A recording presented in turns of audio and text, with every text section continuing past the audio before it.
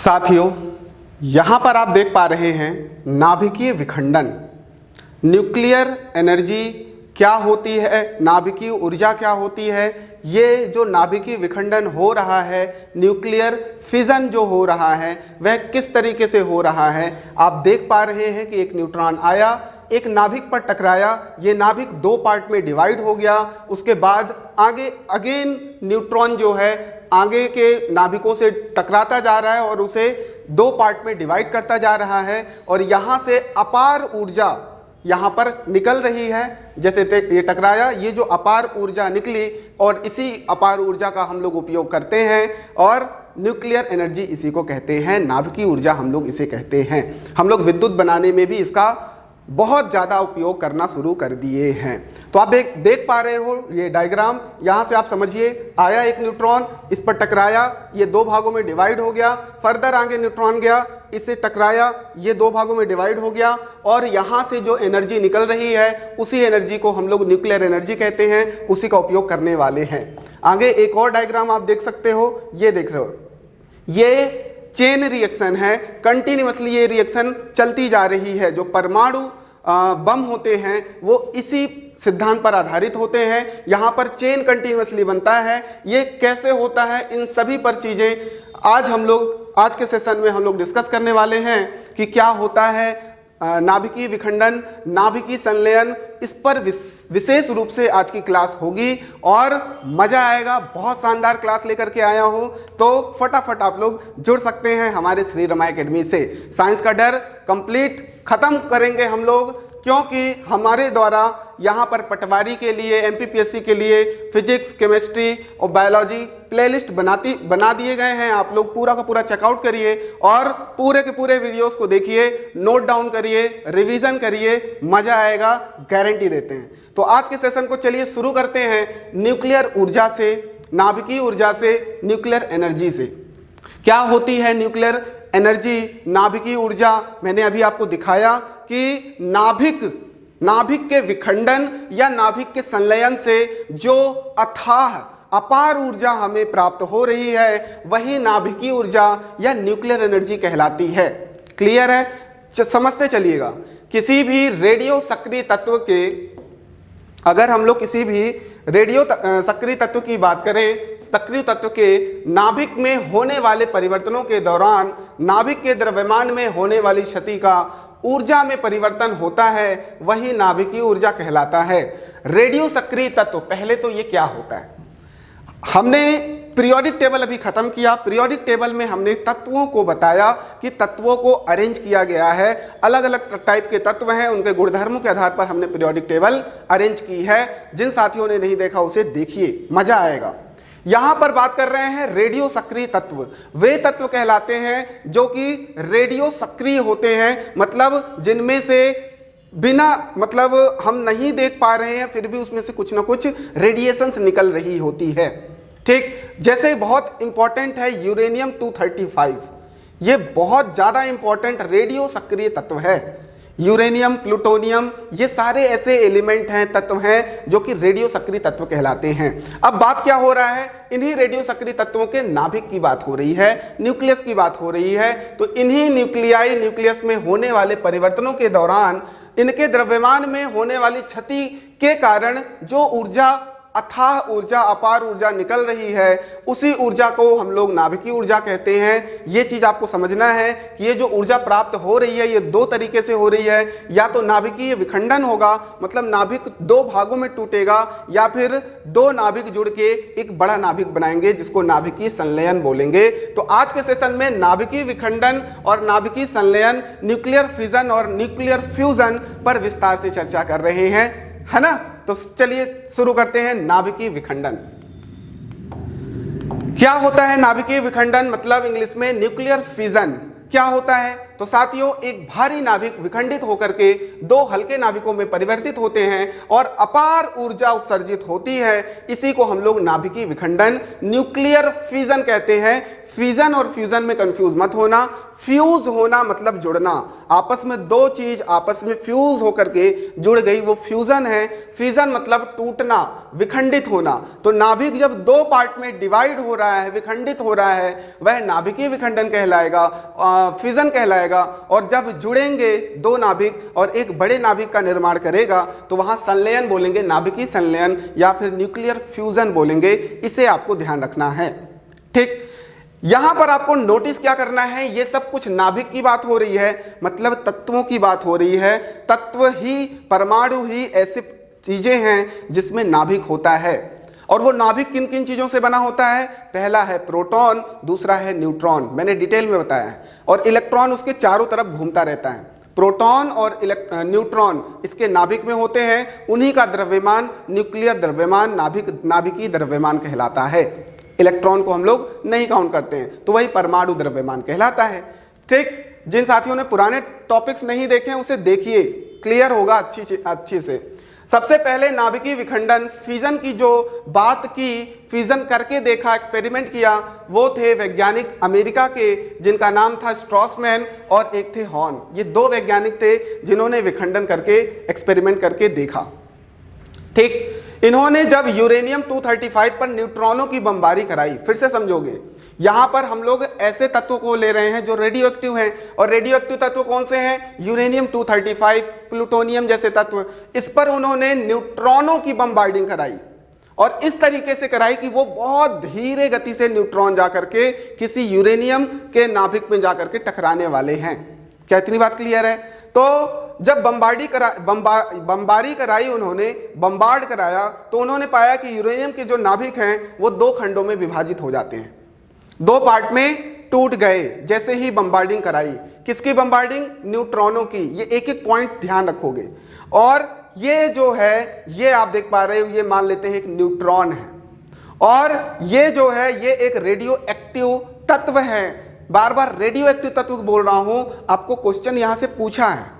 ठीक, ये क्या है? मान लेते हैं यूरेनियम 235 है रेडियो एक्टिव तत्व। इस पर ये न्यूट्रॉन आया, इस पर टकराया, इसे दो पार्ट में डिवाइड कर दिया और यहां पर आप देख पा रहे हो ये ऊर्जा निकली, यहां से अथाह अपार ऊर्जा निकली। इसे बोलेंगे हम लोग नाभिकीय विखंडन। एक एग्जाम्पल है, ये एग्जाम्पल आपको याद रखना है कि मान लेते हैं एक यूरेनियम 235 हमने ले लिया।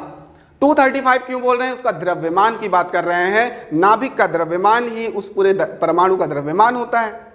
तो यूरेनियम 235 मतलब यूरेनियम 235 इसका द्रव्यमान है और उसका परमाणु क्रमांक कितना है? 92 है।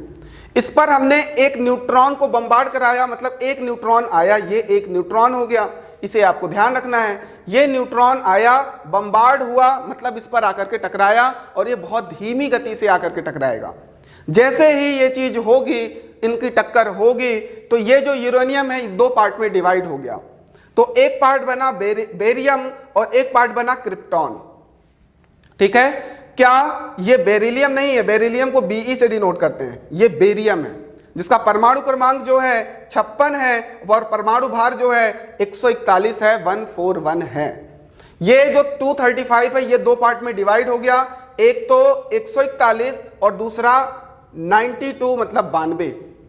क्लियर है? ये द्रव्यमान दो पार्ट में डिवाइड हो गया।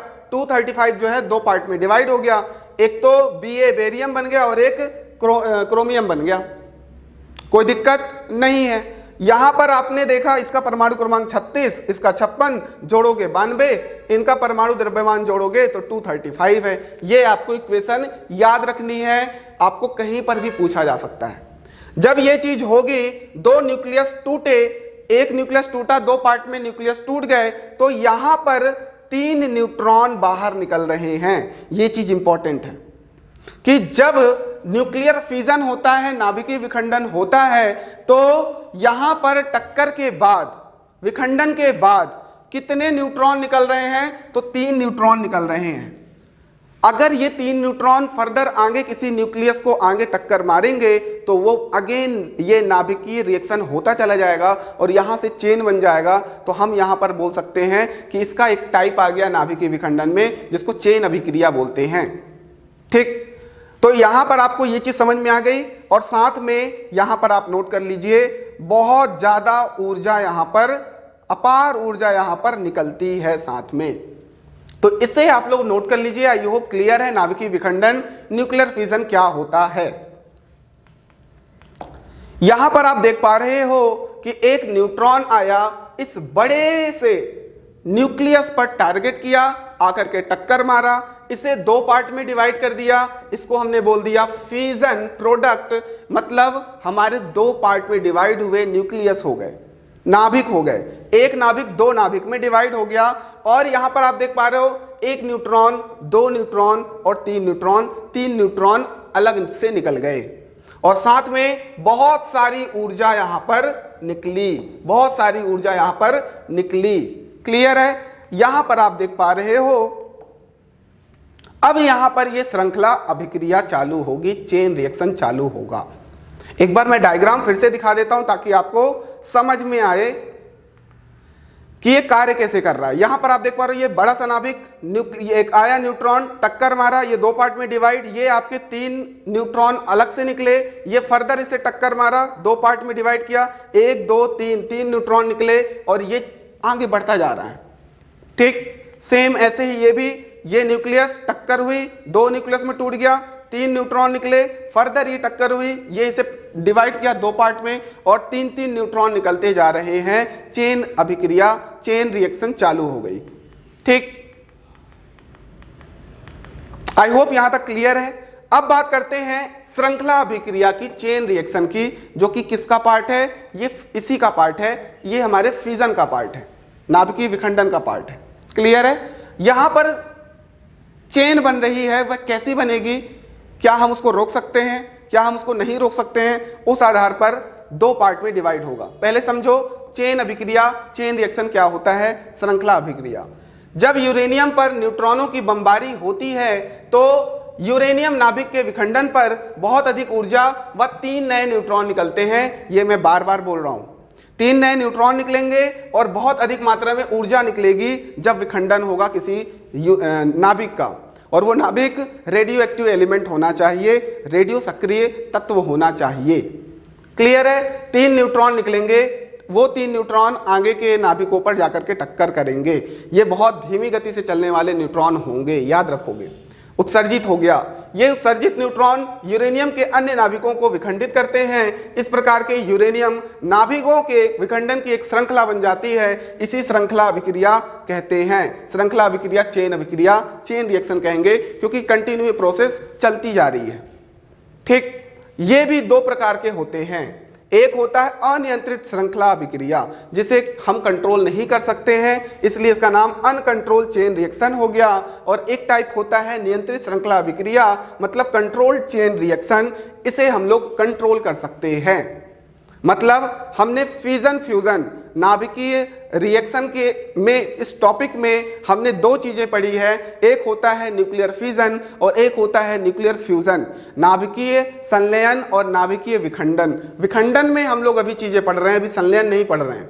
संलयन में चीजें जुड़ेंगी, ये विखंडन में पढ़ रहे हैं और विखंडन में ही श्रृंखला अभिक्रिया पढ़ रहे हैं। ये कंफ्यूज नहीं होगे, नोट डाउन ऐसे सीक्वेंस में करोगे। ठीक, अब यहां पर बात कर रहे हैं अनियंत्रित श्रृंखला अभिक्रिया, अनकंट्रोल्ड चेन रिएक्शन की। इस पर हम लोग थोड़ा सा चर्चा कर लेते हैं कि कैसे हो रहा है अनकंट्रोल। इस अभिक्रिया में 3 नए निकलने वाले न्यूट्रॉन नियंत्रण नहीं होता है। मतलब जो 3 न्यूट्रॉन निकल रहे हैं न्यूक्लियस की टक्कर होने पर एक न्यूट्रॉन की, वो 3 न्यूट्रॉन कंट्रोल नहीं हो पा रहे हैं और वो आगे के नाभिकों पर टक्कर देने वाले हैं, जिसके कारण नाभिक के विखंडन की जो दर है वो 1 3 9 27 हो जाएगी। मतलब एक न्यूट्रॉन आया, किसी नाभिक को तोड़ा, उसमें से 3 न्यूट्रॉन निकले और ये नाभिक 2 पार्ट में डिवाइड हो गया। ये 1 न्यूट्रॉन 3 न्यूट्रॉन को जन्म दिया। अब ये जो है ये भी 3 को देगा, ये भी 3 को देगा और ये भी 3 को जन्म देगा। तो 3 तरीके 9 और आगे से 9 जो है वो 27 को, और ये चेन चलती चली जाएगी। इस तरीके से हम लोग बोलेंगे कि ये अनियंत्रित श्रृंखला अभिक्रिया है, जिसको नियंत्रित नहीं कर सकते। फलस्वरूप अत्यंत तीव्र गति से उत्पन्न होती है, बहुत कम समय में बहुत अधिक विनाश कर सकती है। ये ऐसी अभिक्रिया है, बहुत ज्यादा डिस्ट्रॉय इसमें हो सकता है। इस अभिक्रिया में प्रचंड विस्फोट होता है, ये ध्यान रखोगे, जैसे कि परमाणु बम। परमाणु बम जो है वो इसी अभिक्रिया का उदाहरण है। वर्ल्ड वॉर 2 सबको याद है, 1945 हिरोशिमा नागासाकी में 2 परमाणु बम गिराए गए अमेरिका के द्वारा। क्या हुआ था वहां पर, 6 अगस्त को एक परमाणु बम गिराया गया हिरोशिमा में, 9 अगस्त को नागासाकी में, और वो क्या हुआ कि वो कंटिन्यूअसली डिस्ट्रॉय करता गया, विनाश करता गया। क्लियर है? इसलिए बहुत बड़े क्षेत्र में विनाश हुआ था, जिसका असर आज भी वहां देखा जा सकता है। काफी अपंग विकलांग लोग वहां पर जन्म लेते हैं आज भी उसके कारण, ठीक। और तरह तरह की बीमारियां तो अलग हैं, परंतु वो जापान ही था जो कि इससे उभर गया, ठीक है, जापान की बात है, ध्यान रखोगे। तो परमाणु बम अनियंत्रित श्रृंखला अभिक्रिया, अनकंट्रोल्ड चेन रिएक्शन का उदाहरण है, इसे भी याद रखोगे, ठीक। यहां पर इंपॉर्टेंट क्या था, एक न्यूट्रॉन 3 न्यूट्रॉन को जन्म दे रहा है, वो 3 न्यूट्रॉन अगले 9 न्यूट्रॉन को, वो 9 जो है वो 27 न्यूट्रॉन को जन्म देंगे। इसलिए ये श्रृंखला चलती जाएगी, चेन बनती जाएगी कुछ इस तरीके से। यहां पर आप देख पा रहे हो, ये डायग्राम आपको बनाना है, आपको बहुत अच्छे से ये समझ में आ रहा है कि यहां पर एक न्यूट्रॉन जो है वो एक न्यूक्लियस, और न्यूक्लियस कैसा है, नाभिक कैसा है, रेडियो सक्रिय तत्व होगा, ठीक, यूरेनियम जैसा, प्लूटोनियम जैसा। यहां पर टक्कर हुई, ये जो है ये 2 भागों में नाभिक टूट गया, एक ये और एक ये, परंतु यहां से 3 न्यूट्रॉन आगे यहां से निकले, ये 3 न्यूट्रॉन आगे के नाभिक पर टक्कर मारे, ये नाभिक अगेन 2 पार्ट में डिवाइड हो गया, यहां से 3 न्यूट्रॉन, ये भी 2 पार्ट में डिवाइड हो गया, यहां से 3 न्यूट्रॉन, ये भी 2 पार्ट में डिवाइड हो गया, यहां से 3 न्यूट्रॉन, तो 3 3 3 9 न्यूट्रॉन हो गए, ये 9 न्यूट्रॉन आगे 27 न्यूट्रॉन को, और ये चलता जाएगा अभिक्रिया। ये हो गया अनकंट्रोल्ड चेन रिएक्शन, अनियंत्रित चेन अभिक्रिया। नोट कर लीजिए, ये वही चीज है जो मैं अभी आपको एग्जांपल बताया था। यूरेनियम 235 जो है, यहां पर Ba बेरियम और क्रिप्टॉन इस पर डिवाइड हो गया, यहां से 3 न्यूट्रॉन निकले और साथ में अपार ऊर्जा यहां पर निकल रही है। नोट कर लीजिए, ये चीज जो मैंने आपको दिखाया, 3 न्यूट्रॉन निकल रहे हैं, नाभिक 2 पार्ट में टूट रहा है, ठीक। इस तरीके से डायग्राम और वीडियोस दिखा करके शायद ही कोई पढ़ा रहा होगा साइंस, ठीक है। तो इतना कंटेंट अरेंज करने में, इसको समझाने में मेहनत लगती है, तो आप लोगों को एक ही चीज करना है, लाइक शेयर जबरदस्त करना है, लोगों तक पहुंचाओ कि साइंस का डर श्री राम एकेडमी में खत्म हो रहा है, और बहुत लोगों को बहुत मजा भी आ रहा है और खत्म भी हुआ है। तो आप भी कर सकते हैं हमारे साथ जुड़ करके, ठीक। आगे देखते हैं, नियंत्रित श्रृंखला अभिक्रिया मतलब कंट्रोल्ड चेन रिएक्शन। अभी क्या था, अनकंट्रोल्ड। अब हम लोग इस चेन को नियंत्रित कर सकते हैं, कैसे, न्यूट्रॉन को कंट्रोल करके। जो इस चेन में न्यूट्रॉन 3 बन रहे हैं, अगर उस न्यूट्रॉन को कंट्रोल कर ले, शांत कर ले, तो हम लोग इस चेन को कंट्रोल कर सकते हैं अपने अकॉर्डिंग। इस पूरी की पूरी अभिक्रिया को ऑकर कर सकते हैं, अरेंज कर सकते हैं, और इसका उपयोग हम लोग बहुत भर भर के कर सकते हैं। तो आइए देखते हैं कैसे। यह अभिक्रिया धीरे धीरे होती है तथा इससे प्राप्त ऊर्जा का उपयोग लाभदायक कार्यों में किया जाता है, जैसे कि परमाणु भट्टी, एटॉमिक पाइल जिसको बोलते हैं, और नाभिकीय रिएक्टर। ये इंपॉर्टेंट है। यहां पर आपको ये चीज देखना है कि कंट्रोल चेन रिएक्शन, नियंत्रित श्रृंखला अभिक्रिया में एग्जाम्पल क्या याद रखना है, नाभिकीय रिएक्टर, न्यूक्लियर रिएक्टर का उपयोग हम लोग कर रहे हैं। बड़े बड़े परमाणु संयंत्र बनाए जा रहे हैं, बड़े बड़े न्यूक्लियर रिएक्टर, नाभिकीय रिएक्टर बनाए जाते हैं, जहां पर नाभिकीय ऊर्जा का उपयोग हम लोग विद्युत ऊर्जा बनाने में करते हैं। और भी तमाम ऊर्जा हम इससे बना सकते हैं, परंतु ज़्यादातर हमको क्या उपयोग में करना है, विद्युत ऊर्जा को, ठीक। ऊर्जा वाले चैप्टर में मैंने आपको समझाया है कि ऊर्जा का ना तो हम लोग क्षरण कर सकते हैं, ऊर्जा को ना तो डिस्ट्रॉय कर सकते हैं, ना बना सकते हैं, सिर्फ ऊर्जा के एक रूप को दूसरे रूप में बदला जा सकता है। वही यहाँ पर कर रहे हैं, नाभिकीय ऊर्जा को विद्युत ऊर्जा में या अन्य किसी भी ऊर्जा में बदलने का कार्य कर रहे हैं। और कहाँ कर रहे हैं? नाभिकीय रिएक्टर के द्वारा। तो परमाणु भट्टी, नाभिकीय रिएक्टर इसके प्रमुख एग्जाम्पल है, क्योंकि ये कंट्रोल्ड है, हम कंट्रोल कर सकते हैं। ठीक, अनकंट्रोल में कुछ नहीं हो पाएगा, डिस्ट्रॉय ही डिस्ट्रॉय होगा। और सारा का सारा जो विश्व है, सब लोग परमाणु हथियार बनाने में लगे हुए हैं, वो वही उसी का एग्जाम्पल है अनकंट्रोल्ड चेन रिएक्शन, अनियंत्रित श्रृंखला अभिक्रिया। आगे देखते हैं इसमें परमाणु भट्टी की कुछ विशेषताएं देख लेते हैं। मतलब किसके? नाभिकीय रिएक्टर की। इसमें हम लोग ईंधन के रूप में यूरेनियम 235 और प्लूटोनियम 239 को यूज में ला रहे हैं। मतलब ये वही तत्व हैं जो रेडियो सक्रिय तत्व हैं, जिसमें से रेडिएशन भर भर के निकलता है, जिसमें विखंडन होने पर बहुत ज़्यादा अपार ऊर्जा यहाँ पर निकलती है। कौन कौन से? यूरेनियम 235 और प्लूटोनियम 239, इनका प्रयोग किया जा रहा है किसमें? परमाणु भट्टी में, नाभिकीय रिएक्टर में। यहाँ पर रिएक्टर में क्या मंदक के रूप में यूज किया जा रहा है, इसे आप लोग नोट कर लोगे, या तो जल को या तो ग्रेफाइट को, मंदक के रूप में, इसको कम करने के लिए इसका उपयोग कर रहे हैं। नियंत्रण के लिए, ये इंपॉर्टेंट लाइन है, इसे आप लोग नोट जरूर करोगे। क्यों? क्योंकि मैंने बोला ये एग्जाम्पल किसका है? ये नियंत्रित अभिक्रिया का एग्जाम्पल है। तो नियंत्रण कैसे करेंगे? वो न्यूट्रॉन को कंट्रोल में ला करके, जो 3 जनरेट हो रहे थे, तो यहां पर नियंत्रण छड़ उपयोग में लाया जा रहा है, कंट्रोल्ड रॉड उपयोग में लाया जा रहा है।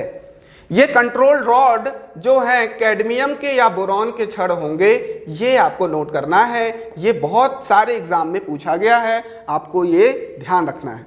क्या कि सर यहां पर नाभिकीय रिएक्टर में जो नियंत्रण छड़ हैं वो किस धातु के बने होते हैं? तो वो कैडमियम के और बोरॉन के बने होते हैं। ठीक, इसकी सहायता से नाभिक के जो विखंडन के दौरान निकलने वाले 3 नए न्यूट्रॉन हैं, जो विखंडन हो रहा है, 3 न्यूट्रॉन निकल रहे हैं, उनमें से 2 न्यूट्रॉन को ये क्या कर लेता है? ये अवशोषित कर लेता है। बहुत बढ़िया। अब 2 न्यूट्रॉन अवशोषित हो गए, अब आगे एक ही न्यूट्रॉन जाएगा और जाकर के किसी नाभिक से टकरा करके उसको 2 पार्ट में डिवाइड करेगा, और उसमें से 3 न्यूट्रॉन अगेन निकलेंगे, परंतु उसमें से 2 न्यूट्रॉन को ये छड़ फिर से अवशोषित कर लेगा और 1 न्यूट्रॉन आगे बढ़ पाएगा। क्या इतनी बात क्लियर है? अब बात करते हैं नाभिकीय रिएक्टर के उपयोग की। इससे प्राप्त नाभिकीय ऊर्जा से विद्युत ऊर्जा प्राप्त किया जा सकता है। बहुत बढ़िया, ये मैंने बताया, नाभिकीय ऊर्जा को विद्युत ऊर्जा में उपयोग करते हैं बना करके। रिएक्टर अनेक प्रकार के समस्थानिक उत्पन्न कर सकते हैं। ये जो रिएक्टर है, समस्थानिक मतलब समान स्थान वाले परमाणु, जो जिनका परमाणु क्रमांक समान होगा वो समस्थानिक कहलाएंगे, जिनका परमाणु भार समान होगा वो समभारिक कहलाएंगे। तो यहां पर आप देख पा रहे हो समस्थानिक उत्पन्न किए जा सकते हैं इस रिएक्टर के द्वारा, इस रिएक्टर में। और उन समस्थानिकों का उपयोग जो है चिकित्सा में, विज्ञान में, कृषि में और विभिन्न अन्य क्षेत्रों में भी हम इसका उपयोग कर सकते हैं। तो ये चीज हो गई नाभिकीय रिएक्टर के उपयोग, जो कि नियंत्रित श्रृंखला अभिक्रिया का उदाहरण है। क्लियर है? तो हमने 2 श्रृंखला देखी, अनियंत्रित और नियंत्रित। ये किसके देखे? ये हमने फिजन के देखे, विखंडन के देखे, नाभिकीय विखंडन। क्या इतनी क्लियर है बात? तो हम लोग आगे बढ़ते हैं। अब बात करते हैं नाभिकीय संलयन की। Nuclear fusion.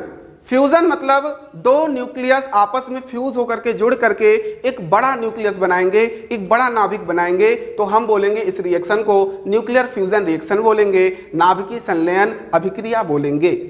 क्या है? 2 हल्के नाभिक आपस में जुड़ करके बड़े नए नाभिकों का निर्माण करते हैं और ऊर्जा विमोचित करते हैं, अपार ऊर्जा यहां पर निकलती है। इसी रिएक्शन को नाभिकीय संलयन अभिक्रिया कहेंगे। उदाहरण के रूप में सूर्य से प्राप्त ऊर्जा जो है वो नाभिकीय संलयन ऊर्जा है। मतलब यहां पर सूर्य जो है, सूर्य में क्या हो रहा है, कौन सी रिएक्शन हो रही है? तो संलयन हो रही है, विखंडन नहीं हो रहा है। सूर्य में हाइड्रोजन जुड़ के हीलियम का निर्माण कर रहे हैं और अपार ऊर्जा वहां उत्सर्जित कर रहे हैं, जिसका उपयोग हम लोग करते हैं। हाइड्रोजन बम, हम लोगों ने 2 टाइप के बम देखे, एक हो गया परमाणु बम और एक हो गया हाइड्रोजन बम। इसको आपस में मिला मत देना, मिलाने का मतलब है कंफ्यूज मत होना। हाइड्रोजन बम अलग है और परमाणु बम अलग है। ठीक, कंफ्यूज नहीं होगे। परमाणु बम में डिवाइड होगा, विखंडन होगा, फिजन का पार्ट। यहां पर हाइड्रोजन बम में संलयन होगा, जुड़ेंगी चीजें। और ये जो चीज है मतलब संलयन जो है, इसमें जो ऊर्जा निकल रही है वह 1000 गुना ऊर्जा विखंडन से ज्यादा होगा। मतलब जो फिजन में ऊर्जा उत्सर्जित होगी, जो विखंडन में ऊर्जा उत्सर्जित होगा, ये संलयन में उस ऊर्जा से 1000 गुना ऊर्जा यहां उत्सर्जित होगा। ये चीज आपको ध्यान रखनी है। मतलब ये ज्यादा ऊर्जा उत्सर्जित कर रहा है, मतलब ये ज्यादा खतरनाक हुआ, ठीक, या फिर उपयोग में ला सकते हैं तो बहुत फायदेमंद हुआ। तो यहां पर आपको याद रखना है हाइड्रोजन बम न्यूक्लियर फ्यूजन का उपयोग है, मतलब न्यूक्लियर फ्यूजन का नाभिकीय संलयन का एग्जाम्पल है। क्लियर है? यह बम परमाणु बम की अपेक्षा 1000 गुना अधिक शक्तिशाली होता है और यह सूर्य, तारों से प्राप्त ऊर्जा और प्रकाश वाले जितने स्रोत हैं उन सभी में जो नाभिकीय संलयन हो रहा है उससे प्राप्त हो रहा है। उन सभी स्रोतों में नाभिकीय संलयन हो रहा है, ये ध्यान रखना है। किसमें? सूर्य, तारे और जो प्रकाश वाले स्रोत हैं ऊर्जा के। नाभिकों को संलयित करने के लिए करीब 10 की पावर 8 केल्विन, बहुत बड़ा वैल्यू है, 10 टू द पावर 8 केल्विन ताप होना चाहिए। इतनी तापमान रिक्वायर्ड है, ये इंपॉर्टेंट फैक्ट है। 10 की घात 8 केल्विन का तापमान होगा और बहुत ज्यादा हाई प्रेशर, उच्च दाब होगा, मतलब उच्च ताप और उच्च दाब होगा, तभी ये रिएक्शन अक्कर होगी, तभी ये अभिक्रिया हो पाएगी। क्लियर है? तो आप देख पा रहे हो सूर्य में बहुत ज्यादा ऊर्जा निकल रहा है तो तापमान भी बहुत ज्यादा होगा, तभी वहां पर फ्यूजन संलयन अभिक्रिया हो पा रही है।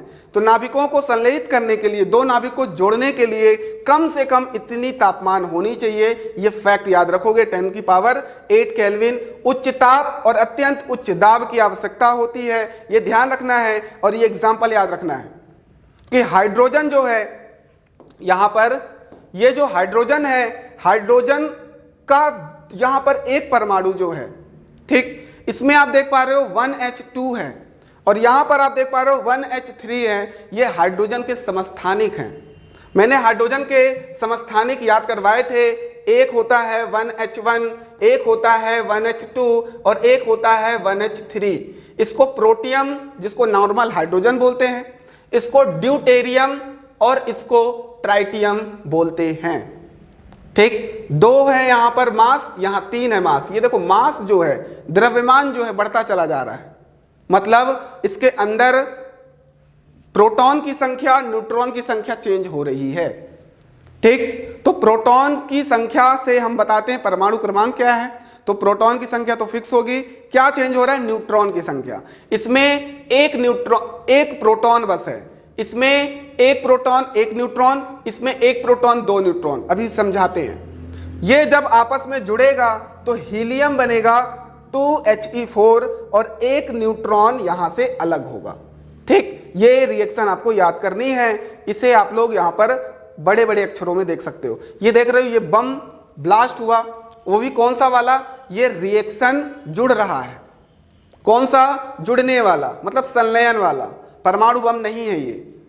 ठीक, ये हाइड्रोजन बम है। तो यहां पर आपने ये देखा कि संलयन के दौरान इतनी अपार ऊर्जा यहां पर उत्सर्जित हो रही है।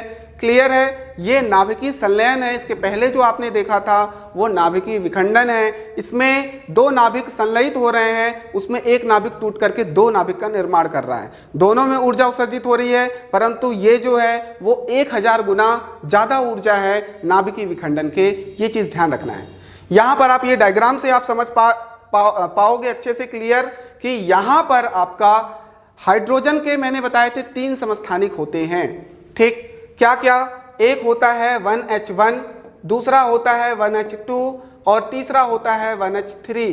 3 समस्थानिक हैं। यहां पर इनमें से ये जो दूसरा और तीसरा समस्थानिक है, इन्हीं को हम लोग संलयित करने वाले हैं। पहला वाला समस्थानिक प्रोटियम कहलाता है, दूसरा वाला ड्यूटेरियम और तीसरा वाला ट्राइटियम। क्लियर है? मतलब समस्थानिक जो समान स्थान रखने वाले परमाणु होते हैं, जिनका परमाणु क्रमांक समान होता है। ये बार बार बोल रहा हूं, याद रखोगे। यहां पर ये जो है, ये है ड्यूटेरियम और ये जो है, ये है ट्राइटियम।